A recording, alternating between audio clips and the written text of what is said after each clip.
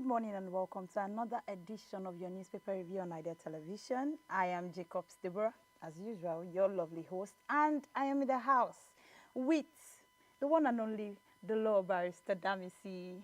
It's a pleasure being here once again. Good morning, Good sir. Good morning to see you. You know, it's always, Once oh wow, please, flatter me. You know, I was saying it offset that so many colors on you looks very, very, very outstanding and beautiful. Unlike us, that it's not all colors that really match it.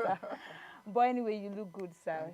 Thank you. Okay, to all our viewers, do glue to your screen, even as we will be running through some interesting news. And the first one we'll be going into is our tech news, where we see that OpenAI rolls out cheapest chat GPT plan at $4.6 in India to Chinese groups.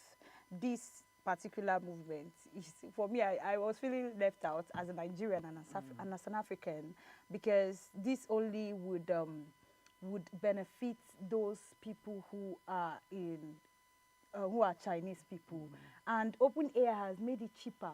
Now, beyond the normal free part we have on our chat, GPT-5 and all of that, you know, there's a premium package, which after you've extended your use on the normal free package, you get into the other premium package. Now, Chinese people have come out. You know, they are always trying to make life easy for themselves, not just themselves, but the people who are resident in China, who have access to the Chinese card and all of that.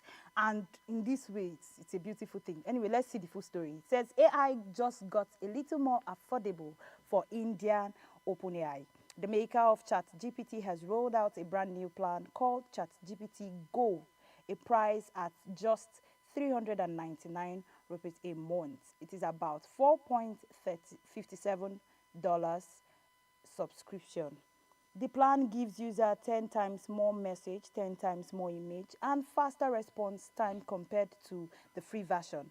It's an OpenAI way of winning big and second largest market, where nearly 1 billion people are online and price are really mattered. While the premium ChatGPT Pro still goes for a hefty 19,900 rupees, the plus cost is 1,999. This budget-friendly option is designed to put advanced AI into more Indian hands. CEO Sam Altman has even hinted India could often overtake the US as ChatGPT's biggest market. ChatGPT Go.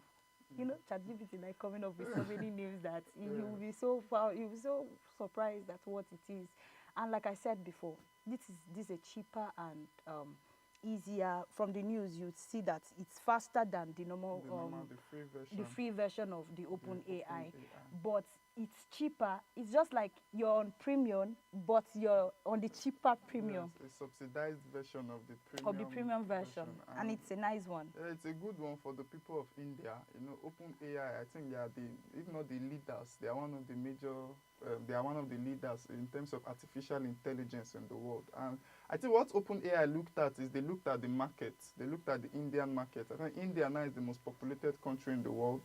And they looked at if we go into this market, if we subsidize our premium products, are we still going to make profits? And a lot of Indians, you know, they are into artificial intelligence and all of that. So that's what they thought of. They thought of the advantage of giving these people is subsidized. How can we also have this premium at a cheaper rate? You know, it will also help the Nigerian populace at large. And so I just hope that Nigerian government is seeing what other countries are doing, how they are taking advantage of this AI, the tech world, and also we plug into that space as well. Yeah. Moving to our next tech news is one of the tech news we've been speaking on for a very long time when it comes to privacy and data privacy and all of that. And you know, most of these big companies, tech companies, are really exposed to this data privacy problem.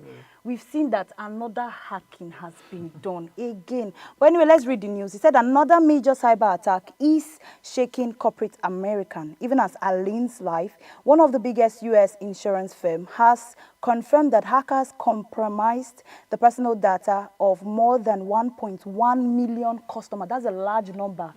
That's a large number.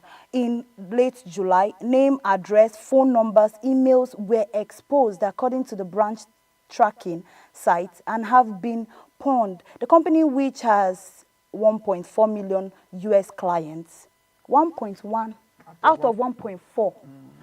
Let's continue. Says it's still investigating, but provide 2 years of free identity monitoring to those affected. The branch is part of the growing wave of cyber attack hitting global giants, from Microsoft to United Health, fueling new concerns about safety and sensitive personal and financial data. 1.1 from 1.4. It's a huge one. What's remaining?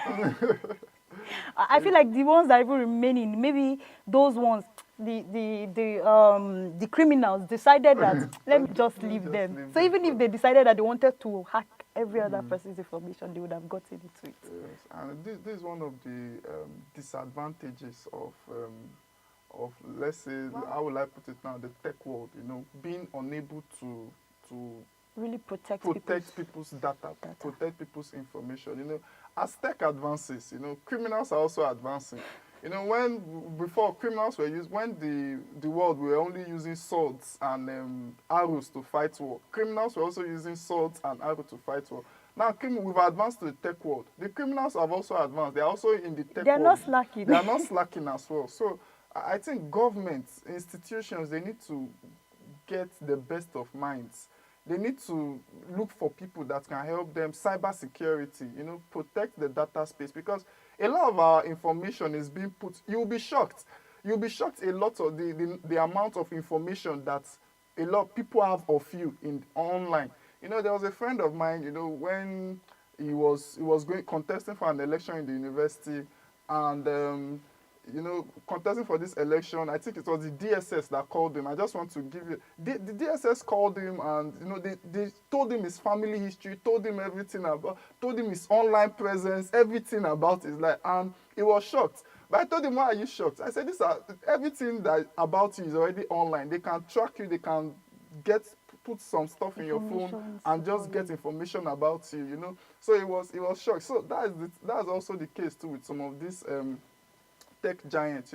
We need to have data privacy. We need to have a place where criminals is not that the government can have access to your information, but when criminals begin to have access to your information, hackers, come on, man, it's a bad tale. I know people lose money from these things. People lose their savings.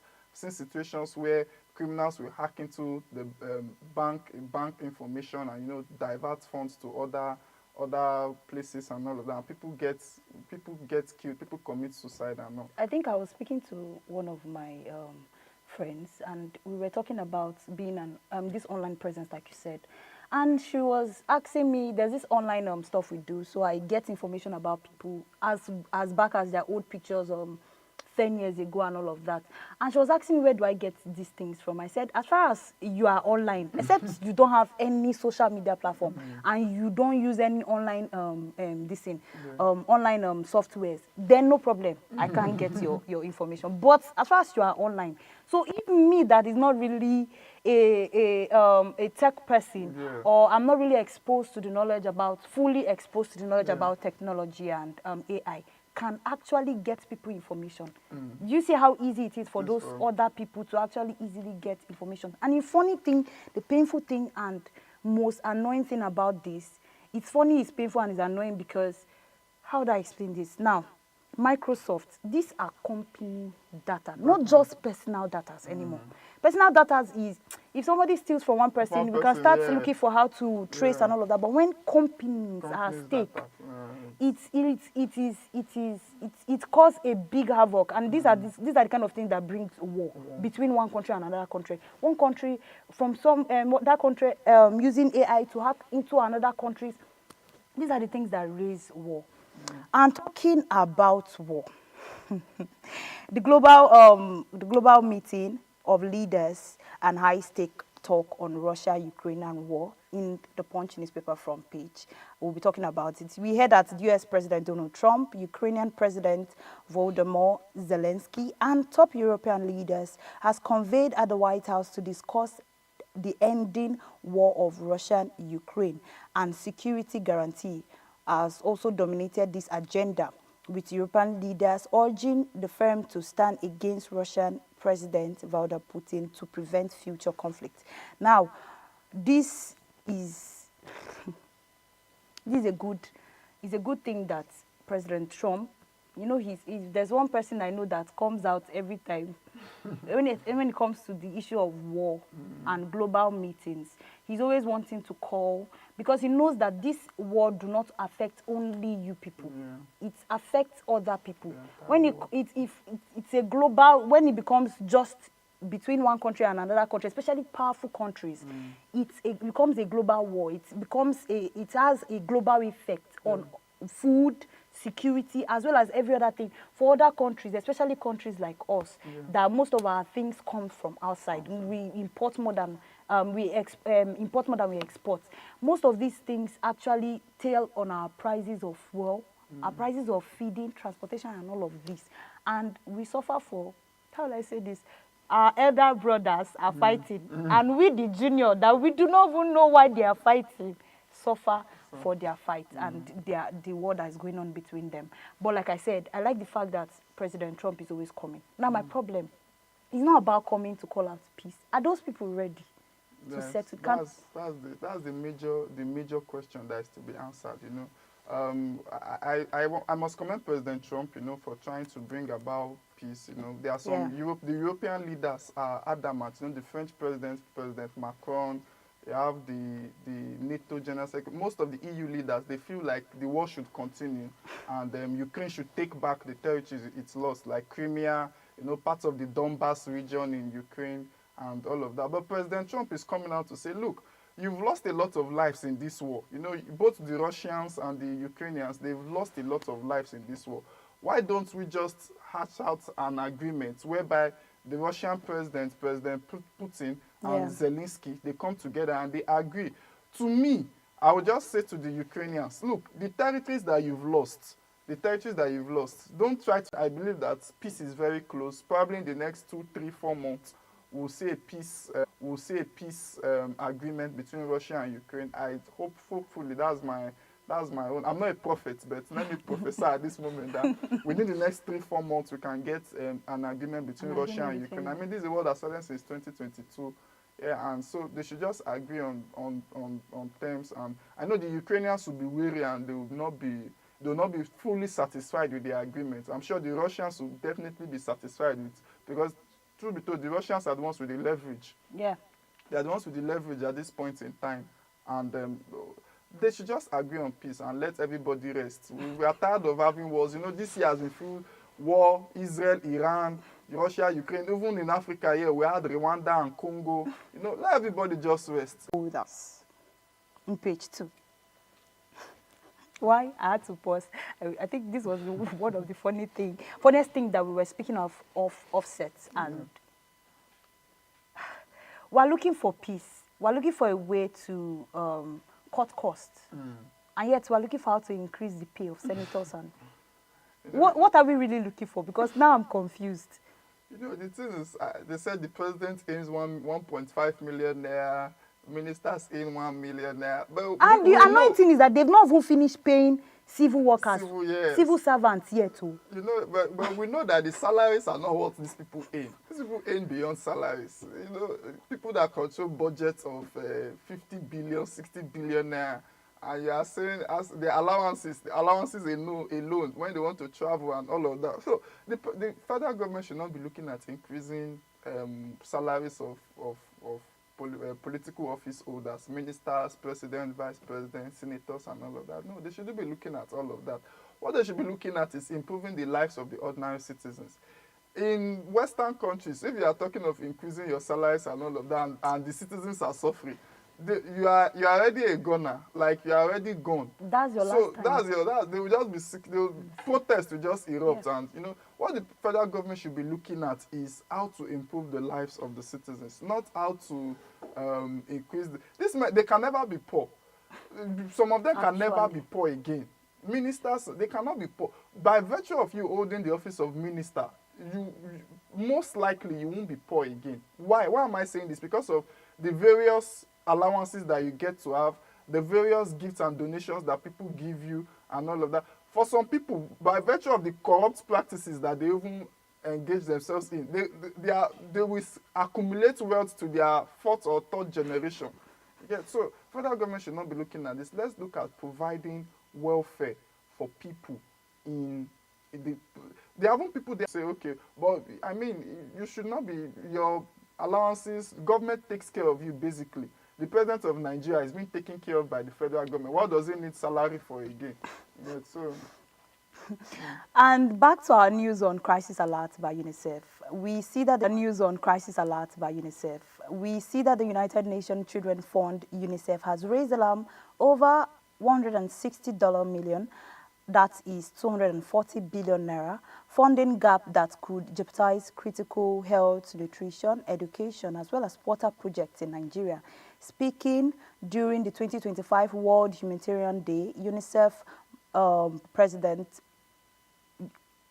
Chief Maduguri Francis Butichi said that $95 of this required $255 million have been received, leaving a 67% shortfall. He stressed that the communities in the Northeast are already struggling with flood, displacement, limited services, and despite the funding constraints, the UNICEF has provided health services to over 1.3 million people, treated with 340,000 malnourished children, and delivered safe water to 1,085,000 people enrolled 500,000 displaced children in schools. Now, this is, when I saw this particular news, actually, the first question that came to my mind is, the money that they even received, how sure are we that it's all the money they used? You know, it is one thing to say that the money you gave me did not reach. When you tell me go to the market and buy some things, and I take some for myself, I'll still come back and meet you and tell you that the money you gave to me did not reach. Now, you said we're not saying that the money they asked for, they should not be given in full, but we want to see proper implementation of these reforms and all this money given to these organizations. And beyond that, I was trying to look into how they've been able to actually implement what they call this, have they been able to implement proper propagation of those money and being able to be held accountable for the money that was given to them. And on that accountable part, we heard that to enhance accountability, UNICEF has been collaborating with local governments and civil society organizations in Nigeria. For instance, the Lagos UNICEF has partnered with state governments to pilot budget code aimed at improving visibility, transparency of the child-related spending. It's a good thing. When I saw this, so that we know what we are doing, we know that you are being held accountable for the money given to you. What did you use it for? Are there ways that you actually write down how you spend this money? Are there people that you are accountable to that you can show, and they'll see that yes, actually this spend, then we can now give you the remaining. I think that's the only thing that can push the people to actually release more money, or the remaining money that is actually supposed to be given to them. Yes. First off, let me even start by commending UNICEF, at least for having this idea of, UNICEF is one of the agencies that has helped a lot of Nigerians and people all over the world in, helping the African child and all of that. But moving on to what you said, accountability is very important, Any money that is given to any organization, whether you are doing it for good, you must be accountable. And you said they are partnering with local governments and others to increase more accountability, which is very, very good, because the money they're asking for is a lot. You're asking for, is it over 200 billion? 255. Yeah, so it's a lot of money, and when you're asking for this kind of money, you definitely need to be accountable for the way you are spending it. Sometimes I just look, we have a lot of aid agencies in Nigeria. Yeah. We have a lot of aid agencies in Africa, but have our lives as Africans really improved as a result? I'm not condemning the aid agencies. Let them keep on giving us this aid. But I don't know. There's something that just strikes me. What is our problem? This UNICEF, they're only in Africa. I don't used to see them in Western countries. And, You know, we are still fighting polio. Africa is still the one that suffers from childish Africa. And we have a lot of aid agencies scattered around. So that's why it raises questions. Some people will begin to say these aid agencies, it looks like they haven't enjoying the fact that we are suffering so that they can keep on out collecting and getting this money. So that's just my own issue. They are doing a good job, but at least if you've helped someone for so long, the person too should be able to stand up and say, let's help ourselves now. So we don't need your aid again. You've helped us enough. So I think it's a call on the Nigerian government and also the people of Nigeria that look, let's begin to help ourselves. Let's not begin to rely on just these aid agencies, UNICEF, USAID, all these other aid agencies to help us and to help us bring about aid and all of that. No. We need to ask ourselves, how do we help ourselves? How do we solve our problems ourselves? Because you can't keep on living on aid. You know, in Africa, basically, we live on aid. Africa lives on aid. Mosquito nets, aid. This one, aid. Mosquito nets, we cannot even get mosquito net. Mosquito net is being given to us as from an aid agency. You know, all those things they are damning to the country and all. So UNICEF should continue doing their job, but Nigerian government needs to ask themselves and tell themselves, look, we should go beyond living on aid and all of that, so that we'll stop having some of these issues. You know, there was a time USAID pulled out of Nigeria and it caused a lot of issues and all.